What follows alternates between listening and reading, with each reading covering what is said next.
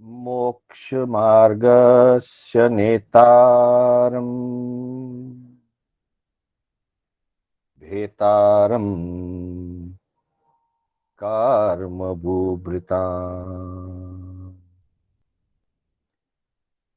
ज्ञातारम् विश्वतत्त्वानाम्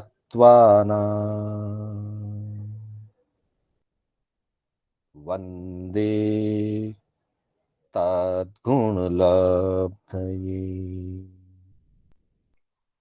वन्दे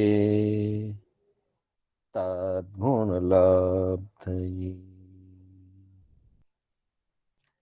अनंत उपकारी चरम तीर्थंकर श्रमण भगवान महावीर को वंदन। प्रभु की परंपरा में विचरण करने वाले परम आदरणीय परम उपकारी समस्त चारित्र आत्माओं को वंदन। धर्म स्नेही बंधुओं, सुशील माताओं बहनों, श्री कर्नाटक जैन स्वाध्याय संघ बेंगलोर के तत्वावधान में आयोजित जिन वाणी सार की आज 47वीं कक्षा है। आज की कक्षा में हम साधक के लिए, चाहे वो श्रावक हो चाहे साधु हो, हमेशा अपने कर्तव्य पालन में जागरूकता की आवश्यकता होती है। वैसे संसार के प्रत्येक कार्य में, चाहे वो धार्मिक आध्यात्मिक कार्य हो चाहे व्यावहारिक कर्तव्य हो, सभी जगह व्यक्ति को तभी सफलता प्राप्त होती है, व्यक्ति अपने लक्ष्य को तभी प्राप्त कर सकता है जब वो अपने कर्तव्य के पालना में जागरूक रहे। उसी जागरूकता की बात को लेकर के हम आज 10वें कालिक सूत्र से संबंधित दो गाथाओं की चर्चा करेंगे, जिसमें ज्ञानी भगवंतों ने साधक के लिए किस प्रकार से अपने कर्तव्य पालन का संदेश फरमाया है, जागरूक रहने का और व्यवस्थित ढंग से अप्रमत्त होकर के अपने कर्तव्य पालन का उपदेश ज्ञानियों ने दिया है। तो आज जो दो गाथाएं हम लेने जा रहे हैं वो गाथाएं 10वें कालिक सूत्र से है। तो आइए पहले हम एक बार इन गाथाओं का उच्चारण करें। बलम थामम चपेहाये सद्धा मारुगमप्पणो खेतम कालम च विन्नाय तह प्राणम निजुंजये जो पुव्वरत्ता वरत्त काले संपेह ए अपगमप्पएनम जो पुव्वरत्ता वरत्त काले संपेह ए अपगमप्पएनम किम मे कदम किम च मे किच्च शेषम किम सक्क निज्जम न समायरामि किम मे कदम किम च मे किच्च शेषम किम सक्क निज्जम न समायरामि। बंधुओं, इन गाथाओं में साधक के लिए कर्तव्य पालन, साधना के प्रति, धर्म आराधना के प्रति जागरूक रहने का संदेश दिया है। ये दोनों गाथाएं 10वें कालिक सूत्र की है, लेकिन एक ही अध्ययन की नहीं है। पहली गाथा बलम थामम चपेहाय, यह गाथा 10वें कालिक सूत्र के 8वें अध्ययन की गाथा है। और दूसरी जो गाथा है जो पुव्वरत्ता वरत्त काले, यह गाथा 10वें कालिक सूत्र से ही है पर चूलिका की है। बंधुओं, जैसा कि हम जानते हैं 10वें कालिक सूत्र मुख्य रूप से चारित्र विषयक सूत्र है। यह मूल सूत्र है और इसमें मोक्ष मार्ग का जो मुख्य अंग है चारित्र, उस चारित्र का वर्णन इसमें किया गया है। वस्तुतः ये साध्वाचार का ग्रंथ है। साधु जीवन का आचार किस प्रकार का होना चाहिए, साधु को अपनी चर्या किस प्रकार से पालन करनी चाहिए, उसके संदर्भ में यह 10वें कालिक सूत्र है। इसका निरूपण 14 पूर्वों में से किया गया है। आचार्य स्वयंभव स्वामी ने, जो स्वयं 14 पूर्व के ज्ञाता थे और भगवान महावीर की पाठ परंपरा में सुधर्मा स्वामी, जम्बू स्वामी, प्रभव स्वामी और उनके बाद में स्वयंभव स्वामी हुए थे। तो उन्होंने किसी विशेष प्रसंग को लेकर के, जो कि उन्हीं के संसार पक्षीय पुत्र मनक की दीक्षा का प्रसंग था, उस निमित्त से उन्होंने 14 पूर्वों से मुख्य मुख्य विषय का निरूपण करके, निकाल करके 10वें कालिक सूत्र का उन्होंने संकलन हमारे सामने रखा, जिसमें 10 अध्ययन हैं। और साथ ही वर्तमान में हमारे पास जो 10वें कालिक सूत्र उपलब्ध होता है, उसमें 10 अध्ययन के साथ 2 चूलिकाएं भी है। चूलिकाओं के संदर्भ में ऐसा कहा जाता है कि जैसे वर्तमान में आधुनिक युग में किसी भी ग्रंथ के पीछे परिशिष्ट विभाग होता है, कुछ एक्स्ट्रा जानकारियां होती है, कुछ अतिरिक्त उसी ग्रंथ से संबंधित, उसी विषय से संबंधित कुछ विशेष अतिरिक्त जानकारियां होती है, उसको परिशिष्ट कहते हैं। ठीक वैसे ही आगम व्यवस्था में मुख्य आगम के साथ आखिर में कुछ विशेष जानकारी, उसी से संबंधित कुछ अतिरिक्त जानकारी दी जाती है, उसको चूलिका कहा जाता है। ये चूलिकाएं कहां बनी, किसने बनाई, इसके संदर्भ में 2 प्रकार की विचारधारा है। कुछ आचार्यों का मानना है कि स्वयं स्वयंभवाचार्य ने ही 10 अध्ययन और 2 चूलिकाओं का निर्माण किया। कुछ आचार्यों का ऐसा मानना है कि 10वें कालिक सूत्र के 10 अध्ययन की रचना या निरूपण आचार्य स्वयंभव स्वामी ने किया, परंतु जो 2 चूलिकाएं हैं पीछे, पहली चूलिका और दूसरी चूलिका, इन 2 चूलिकाओं का संकलन आचार्य स्वयंभव स्वामी ने नहीं किया, बल्कि यक्षा साध्वी जी, जो भद्रबाहु स्वामी के समय में स्थूलीभद्र जी की बहनें साध्वियां थी, उनमें से एक यक्षा जी साध्वी थे। उन यक्षा साध्वी ने सिमंदर स्वामी के पास, देव शक्ति से सिमंदर स्वामी के पास महाविदेह क्षेत्र से उपस्थित होकर के अपनी जिज्ञासा का समाधान लेकर के आए थे। और उसी समय सिमंदर स्वामी प्रभु से वो 4 अध्ययन लेकर के आए थे। उनमें से 2 अध्ययन आचारांग सूत्र की चूलिकाओं के रूप में निर्धारित किए गए और 2 अध्ययन 10वें कालिक सूत्र के 2 चूलिकाओं के रूप में निर्धारित किए गए। ऐसा वर्णन आचार्य हेमचंद्राचार्य जी का एक ग्रंथ है, परिशिष्ट पर्व ग्रंथ। उस परिशिष्ट पर्व ग्रंथ की कुछ गाथाओं में इस प्रकार का परिचय मिलता है कि ये 2 चूलिकाएं जो है वो सिमंदर स्वामी भगवान से महाविदेह क्षेत्र से लाई गई है और यक्षा साध्वी जी के निमित्त से यह चूलिकाएं प्राप्त हुई है। तो बंधुओं, उसी में की दूसरी चूलिका की यह 12वीं गाथा है, जिसकी हम आज चर्चा करने जा रहे हैं। तो पहले इसमें यह बात बताई गई है कि बलम थामम च पेहाई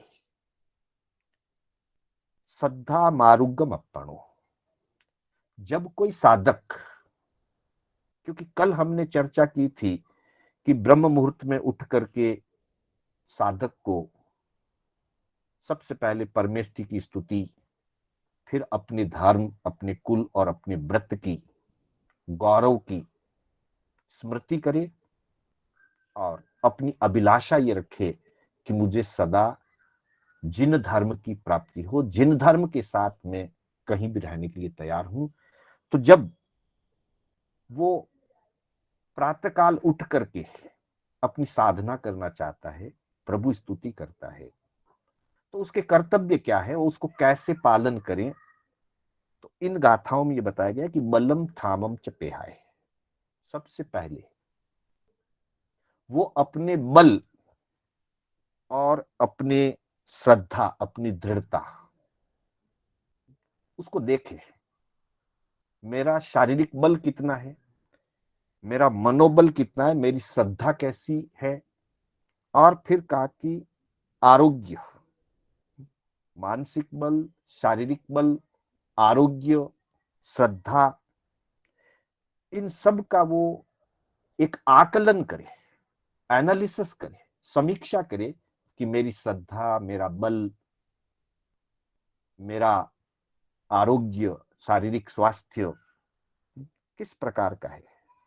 और साथ ही द्रव्य क्षेत्र काल और भाव किस प्रकार का है। खेतम कालम च विन्नाय, क्षेत्र और काल अर्थात द्रव्य क्षेत्र काल भाव। तो अपनी शारीरिक शक्ति, अपना मनोबल, अपनी श्रद्धा, अपना स्वास्थ्य, अपना मनोबल और द्रव्य क्षेत्र काल भाव की परिस्थितियां, इन सब को देख करके, इन सब की तुलना करके फिर निर्णय करना चाहिए कि मुझे इन सारी चीजों के अनुरूप किस प्रकार के कर्तव्य का आज पालन करना है। मेरा स्वास्थ्य, मेरा शारीरिक बल कितने तप के लिए मुझे परमिट करता है। मेरे साथी मुनि ने, मेरे साथी श्रावक ने आज उपवास पचका है, तो क्या मुझे भी उपवास पचकना चाहिए। मेरे साथी ने आज एकाशन ही किया है, तो क्या मुझे भी आज एकाशन ही करना चाहिए। यह नहीं सोचना है मेरा स्वास्थ्य कैसा है। उनका उपवास करने के लिए स्वास्थ्य है, मेरा नहीं है। मैं एकाशन ही कर पा रहा हूं, मैं व्यासना ही कर पा रहा हूं, तो मैं व्यासना करूं, एकाशना करूं। उनका स्वास्थ्य एकाशना व्यासना करने जितना ही है, पर मेरा स्वास्थ्य उपवास करने जितना है, बेला तेला करने जितना है। फिर मैं उनकी देखा देखी नहीं करूं, बल्कि अपने बल, अपने स्वास्थ्य और अपने द्रव्य क्षेत्र काल भाव, उनको निर्धारित करके, उनका आकलन करके, उनकी समीक्षा करके, एनालिसिस करके मेरे लिए जो उचित है उसका मैं पालन करूं। लेकिन यहां एक बात ध्यान रखना है कि बल, ठामम, स्वास्थ्य, द्रव्य क्षेत्र काल भाव, इन बातों का आकलन करते समय, इनका एनालिसिस करते समय साधक को पूर्ण रूप से ईमानदार रहना है। कहीं ऐसा ना हो जाए कि मैं प्रमादी बनूं और अपने प्रमाद को द्रव्य क्षेत्र काल भाव का नाम दे दूं। मैं शिथिल बनूं और अपने शिथिलाचार को द्रव्य क्षेत्र काल भाव का नाम दे करके अपने आप को जस्टिफाई करूं, यह उचित नहीं। इसलिए कह दिया कि इनको अच्छी तरह से जान करके, चिंतन करके सम्यक निर्णय करिए। लेकिन प्रमाद तो कदापि नहीं करे। प्रमाद के कारण साधना रुके, ऐसा उचित नहीं है। लेकिन स्वास्थ्य की या द्रव्य क्षेत्र काल भाव की अगर अनुकूलता नहीं है, तो जबरदस्ती करके भी साधना नहीं की जा सकती। इसलिए कहा कि द्रव्य क्षेत्र काल भाव और शारीरिक बल, मनोबल, श्रद्धा, आरोग्य, इन सब का आकलन करने में व्यक्ति को पूर्ण जागरूकता के साथ, पूर्ण नैतिकता के साथ, ईमानदारी के साथ निर्णय करने की आवश्यकता है। तभी वो अपने कर्तव्य का पालन करने में जागरूक रह सकता है। फिर दूसरी बात कही दूसरी गाथा में, इतना सब कुछ सवेरे सोच लिया कि मुझे क्या करना है, कौन से तप आदि में मुझे अपने आप को जोड़ना है, आज मुझे कितना स्वाध्याय करना है, आज मुझे क्या सेवा करनी है, कौन सा तप करना है, कौन से वीरासन आदि आतापना आदि लेनी है, ये सारा मैंने सवेरे निर्णय किया था, चिंतन किया था, निर्धारित किया था। क्या मैं वो सब कुछ आज कर सका जैसा मैंने करना चाहा, और जिसके लिए मेरे द्रव्य क्षेत्र काल भाव उचित थे, अनुकूल थे, जो मुझे करने चाहिए थे, जो साधना मुझे करनी चाहिए थी, जितना स्वाध्याय मुझे करना चाहिए था, क्या मैंने वो आज किया या नहीं किया? और किया तो कितना किया? पूरा किया, आधा किया, अधूरा किया, या बिल्कुल नहीं किया? तो कहा कि जो पूर्व रक्ता वरक्त काली, साधक को चाहिए कि वो रात्रि के प्रथम प्रहर में और वैसा ही फिर अगले दिन सूर्योदय के समय, सूर्योदय से पूर्व रात्रि के अंतिम प्रहर में,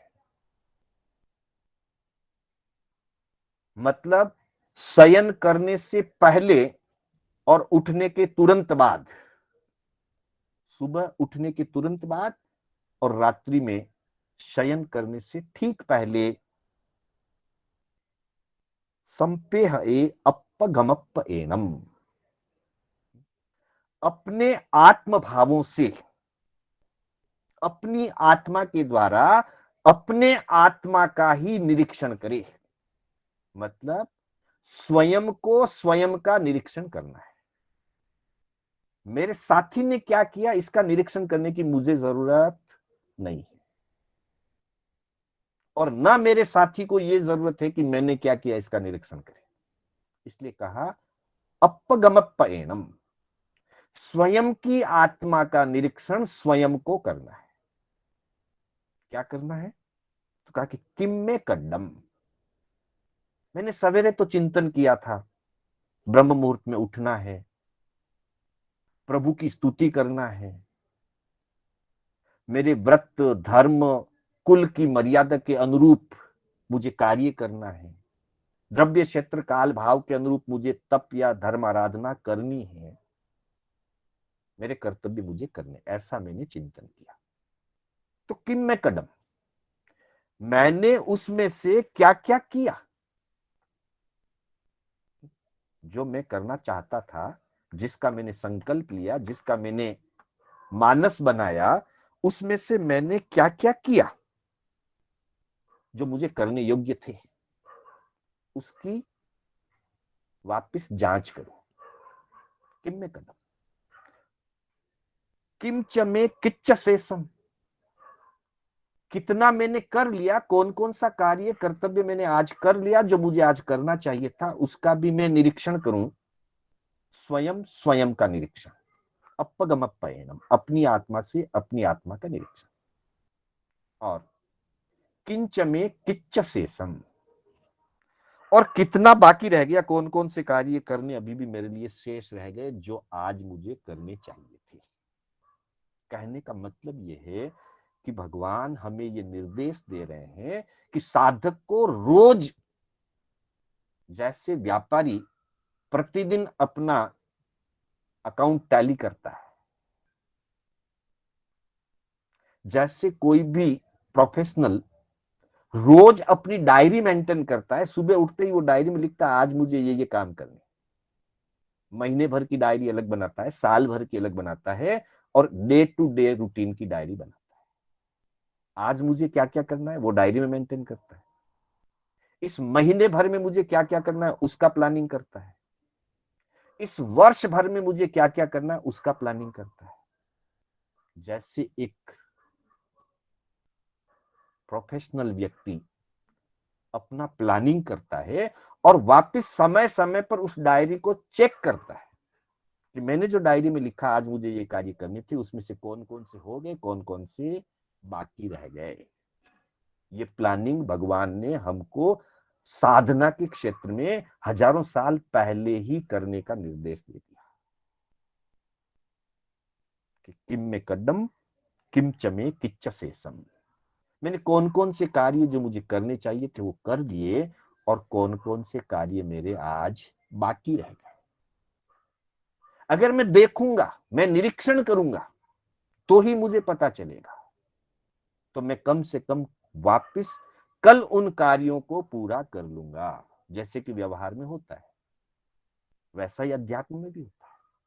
कोई कोई कार्य आज करने थे, पर कुछ विशेष कारण आ गए, वो कार्य रुक गए, दूसरे काम करने पड़ गए, तो जो बाकी रह गए उनको मैं कल करूंगा वापस। छोड़ नहीं देना है। पर अगर मैं देखूं ही नहीं, निरीक्षण ही नहीं करूं, तो मुझे पता ही नहीं चलेगा कि कौन से कार्य कर लिए, कौन से कार्य बाकी। इसलिए कहा कि किम में कदम किम चमे किच्च शेषम। फिर अगली बात, एक तो ये चिंतन करना है कौन सा कर लिया, कौन सा बाकी है। उसके अलावा दूसरा ये चिंतन करना है कि किम सक्क निजम न समायरामी। कौन से ऐसे कार्य हैं जिनको करने का मेरा सामर्थ्य है। किम सक्क निजम, जो मेरे लिए शक्य है, पॉसिबल है। जो कार्य मैं कर सकता हूं, जो तप मैं कर सकता हूं, जो स्वाध्याय मैं कर सकता हूं, मेरे लिए संभव है, शक्य है, पॉसिबिलिटीज है, फिर भी न समायरामी, पर फिर भी मैंने उनको नहीं किया। अर्थात मैं करना चाहता था, मुझसे वो कार्य करने संभव थे, वो साधना मेरे लिए संभव थी, फिर भी नहीं किया। किम सक्क निजम न समायरामी। तो प्रश्न चिन्ह तो लगेगा कि जब करना चाहिए था और करना मेरे लिए संभव था, पॉसिबिलिटीज भी थी, फिर भी नहीं किया, तो क्यों नहीं किया। तात्पर्य यह है कि मैंने प्रमाद किया।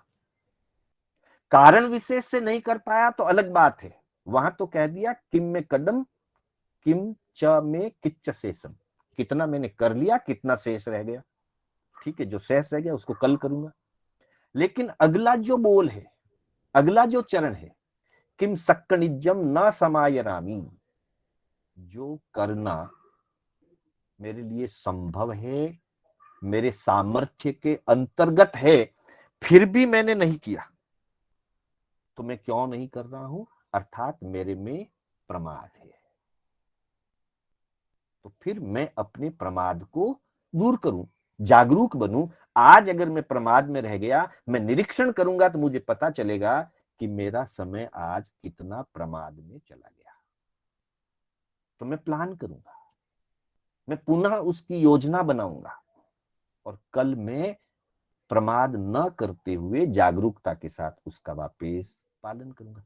ऐसा चिंतन प्रत्येक साधक को, प्रत्येक व्यक्ति को पूर्वरत्ता वरत्त काले, रात को सोने से पहले आज के कार्यों का एनालिसिस करे, आज के कार्यों का आकलन करे, क्या हुआ, क्या बाकी रहा, क्या कर सकता था फिर भी नहीं कर पाया। और अगले दिन सवेरे सूर्योदय से पूर्व, पिछली प्रहर में, रात्रि के चौथे प्रहर में पुनः चिंतन करे कि आज मुझे क्या करना है, आज मुझे कौन सी साधना करनी है। इस तरीके से प्रतिदिन अगर व्यक्ति दोनों समय, रात को सोने से पूर्व और सुबह उठते ही सूर्योदय से पूर्व अगर इसका चिंतन करता है, तो व्यक्ति के कर्तव्य के प्रति उसकी यत्ना, उसकी सावधानी, उसकी जागरूकता बढ़ती है, और धीरे धीरे जागरूकता उसका स्वभाव बन जाता है। डे वन में जागरूकता नहीं रहती, प्रमाद रहता है। लेकिन लगातार अभ्यास करने से, प्रतिदिन इस प्रकार की चर्या निभाने से व्यक्ति का स्वभाव जागरूकता वाला बन जाता है, और फिर धीरे धीरे वो अपने सभी कर्तव्यों का जागरूकता के साथ पालन कर पाता है, करता रहता है। तो हमें अपने कर्तव्यों को हमेशा ध्यान में रखते हुए, धर्माचरण के जो हमारे कर्तव्य हैं, घर परिवार के प्रति हमारे जो कर्तव्य हैं, आत्म कल्याण के प्रति हमारे जो कर्तव्य हैं, उन कर्तव्यों का ध्यान रखते हुए प्रतिदिन जागरूकता के साथ उन कर्तव्यों का पालन करना है। इन्हीं शब्दों के साथ मैं अपने शब्दों को विराम देना चाहूंगा। मेरे बोलने में कोई स्खलना हुई हो अथवा जिनाज्ञा विपरीत कथन हुआ हो तो उसके लिए बारंबार मिच्छामि दुक्कडम। मंगल पाठ के साथ हमारी कक्षा विराम लेगी। पुनः आप सभी का हार्दिक आभार, अभिनंदन।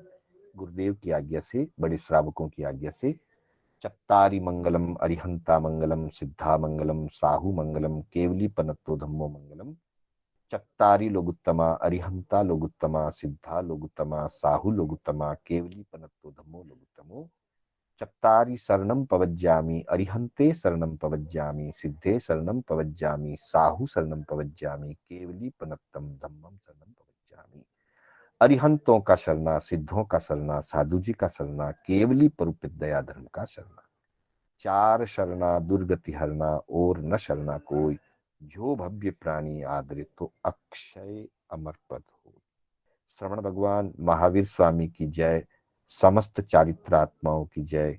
आप सभी से सादर जय जिनेंद्र।